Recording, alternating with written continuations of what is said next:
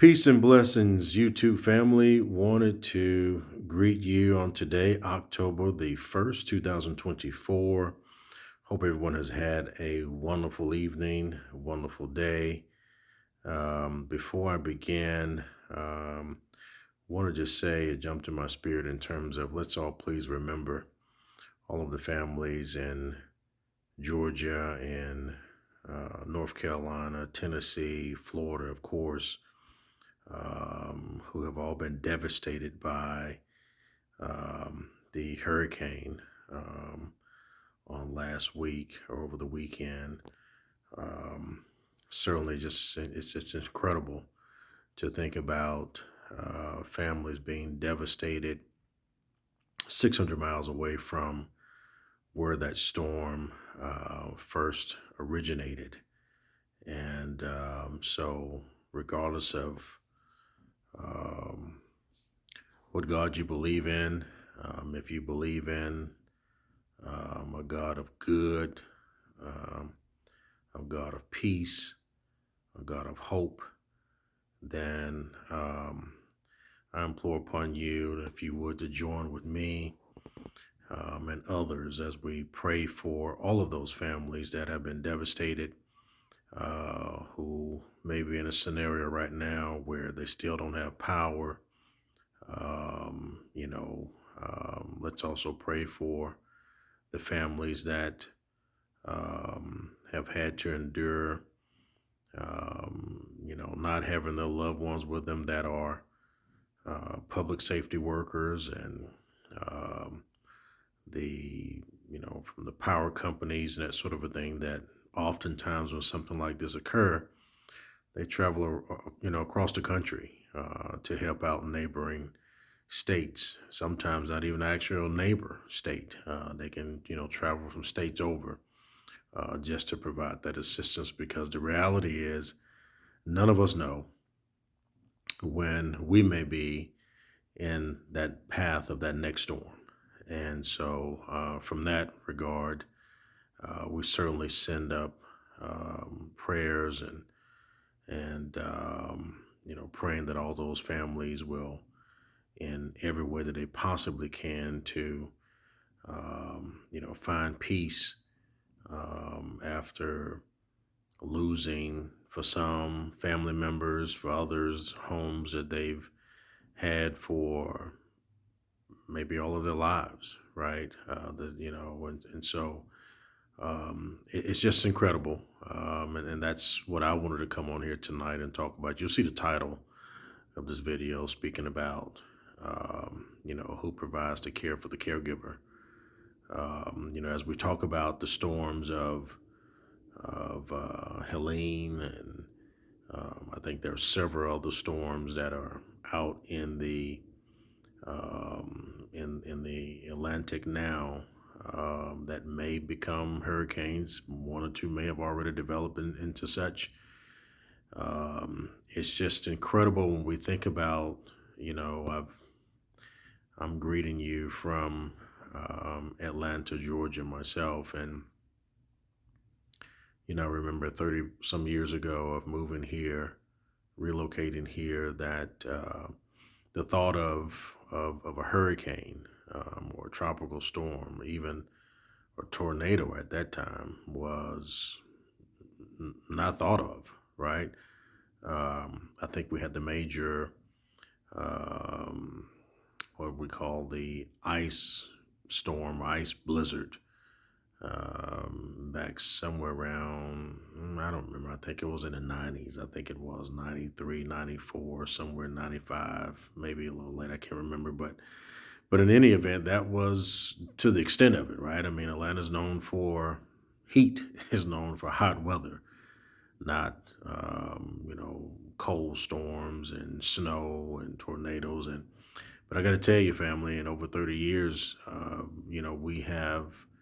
we've seen a change in all of that, right? We've had, several cold snaps. We've had floods. We've had tornadoes. I mean, now in terms of, Helene being the most recent hurricane. And so as I thought about it, as I was driving in from work, coming home, just thinking about how quickly life can change, right? As we talk about the atmospheric storms of hurricanes and tropical storms and snow blizzards and that sort of a thing, and how it all can change seemingly so fast. Well, when you think about, your loved ones, you think about whether that's your mother, whether that's your father, whether that's your grandparents, whether that's your spouse, whether that's even your children that may find themselves in a situation where they need round the clock care. Um, for many of us, in terms of this hour of seeing, as we, focus a lens on the elderly, so many of us are in scenarios whereby we are blessed truly to still have, our parents still with us. But now they're frail, they're fragile, and they no longer can survive on their own. They no longer can, have the level of independence that we may all remember them having, right? And so now you find yourself seemingly overnight, just like Hurricane Helene, just like these other storms that just pop up overnight, it seems, and just, completely, um, you know, reconstruct your whole life as you knew it in terms of normal. And this the very same thing can happen, right? In terms of, whether you have a family member suffering from mental illness, dementia specifically,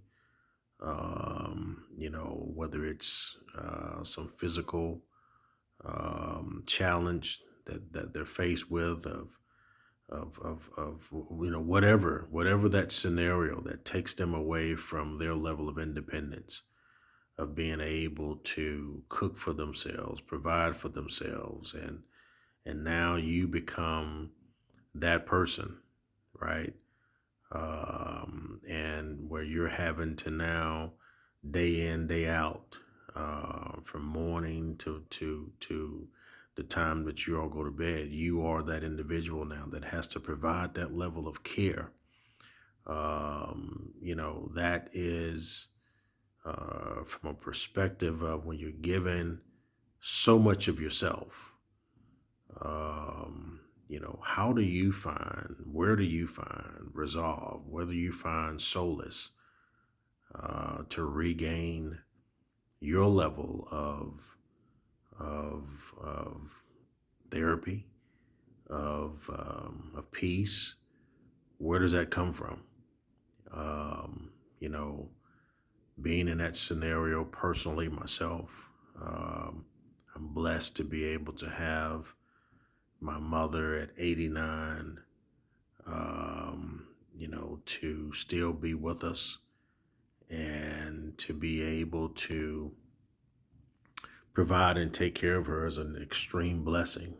I'm grateful to God every single day of allowing us to be able to have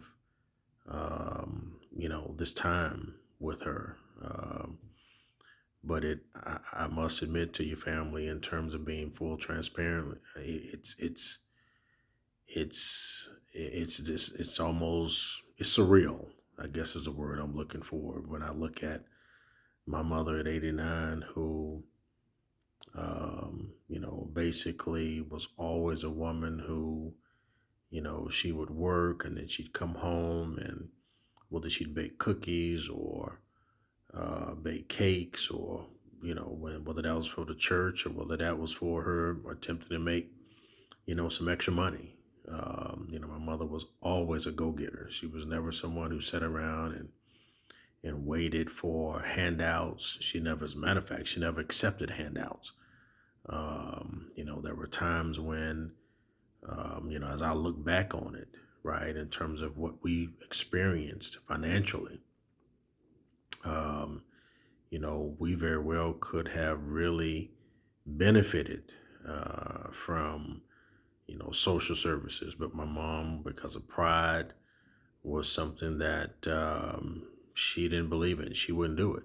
So, for her, whatever she had to bake, or, whether it was sodas to sell, whatever it was, I mean, that level, that entrepreneurial spirit was something that, for my entire life, is what I know and knew of her. And to see her today, where, she has the physical limitations in terms of not being able to move around the way that she, desires, not being able to even wash her back without assistance. It's really surreal. And it's the sort of thing that pulls on your heartstrings, right? So on the one end, you're extremely, extremely grateful, to be able to have these moments with her, you know, as I'm sure many of you could, attest in your own personal lives. But boy, sometimes it also leaves you feeling helpless, right? Because, I wish, that there was some way. There have been thoughts in my mind sometimes of wishing I had gone to medical school. This is, this whole segment is be referenced as the doctor's corner. But full disclaimer, I'm not a medical doctor. I am an academic doctor. In terms of my degrees, I am an official doctor, but once again, I'm not a medical doctor, and so. But in terms of my undergrad and that sort of a thing, and studying, um, you know, the whole scenario of aging and so many different aspects that come along with it. I got to tell you, it's quite different than what you learn in school.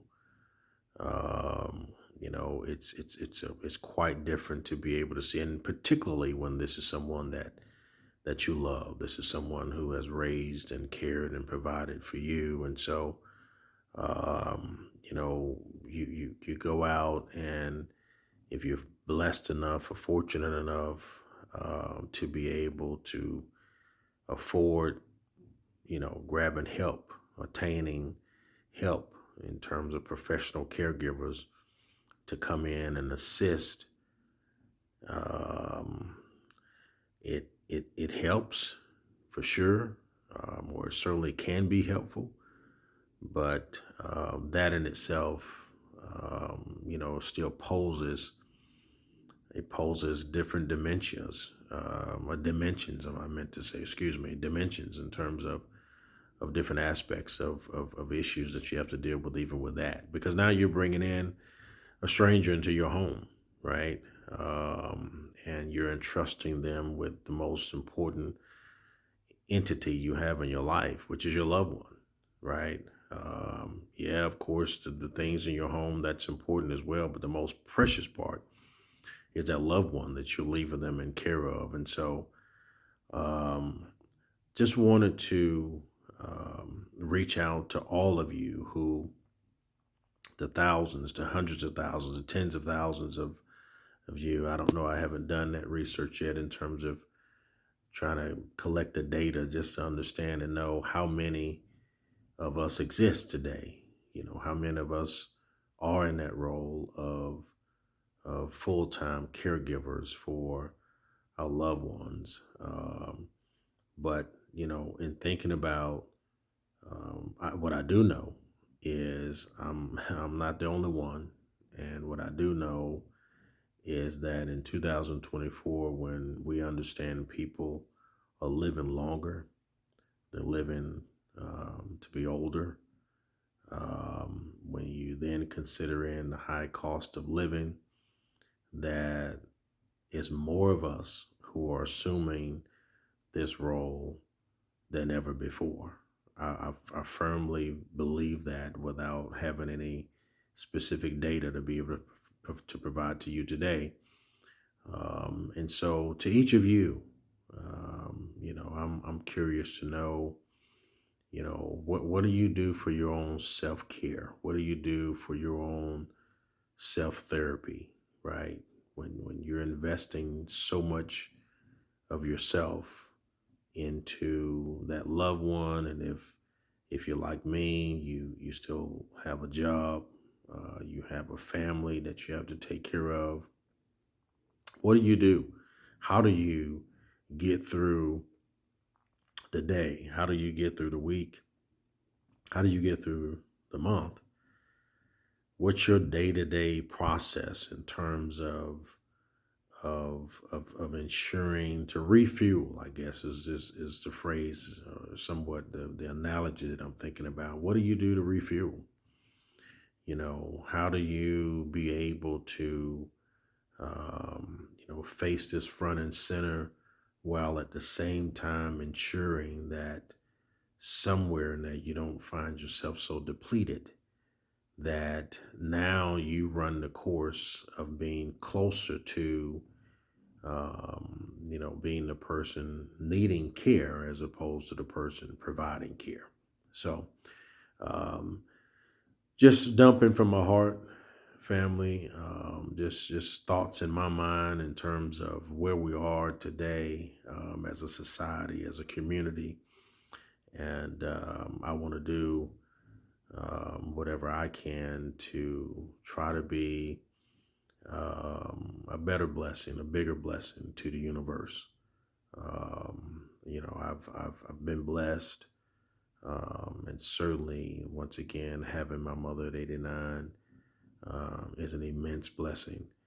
And so, I don't see this opportunity as something negative. I see it as an opportunity to maybe adjoin with many of you who may have on the same jerseys. So, until we talk again, hope everyone have a great evening, and look forward to hopefully hearing some of your comments, reading some of your comments, and but until then, take care from the Doctor's Corner.